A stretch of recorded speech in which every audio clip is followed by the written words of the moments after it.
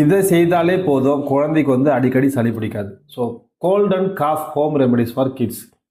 கிட்ஸுன்னு சொல்லும்போது நம்ம கணக்கு பிரகாரம் பார்த்தீங்கன்னா 1 வயசுக்கு மேலே 5 வயசுக்குள்ள. ஸோ 1 வயசுக்கு மேலே 5 வயசுக்குள்ள குழந்தைக்கு சளி பிடிக்குது, அடிக்கடி கோல்டால் அவங்களுக்கு இன்ஃபெக்ஷன் வருது அப்படின்னு சொல்லும்பொழுது வேப்பங்காரன்னு சொல்லிட்டு ஒரு மருந்து நம்ம பாரம்பரிய சித்த மருத்துவ குறிப்பில் கொடுத்துருக்காங்க. ஸோ அந்த வேப்பங்காரத்தில் என்ன மாதிரியான மூலிகைலாம் கலந்துருக்காங்கன்னு பார்த்தீங்கன்னாக்கா வேப்பங்கொழுந்து, துளிர் தழை இருக்கு இல்லையா, அதுதான் வந்து வேப்பங்கொழுந்து. அதை வந்து ஒரு 10 நம்பர்ஸ் மட்டும் எடுத்துக்கங்க. 10 நம்பர் வேப்பங்கொழுந்து ப்ளஸ் ஜீரகம் ஒரு 10 நம்பர்ஸ் எடுத்துக்கங்க. பூண்டு ஒரு அரை பல்லு, அடுத்து மிளகு ஒரு சின்னதாக ஒரு மிளகு. ஸோ இந்த 4தையும் போட்டு நல்லா கையிலே ஒரு நசுங்கினா அது நசுங்கிடும்.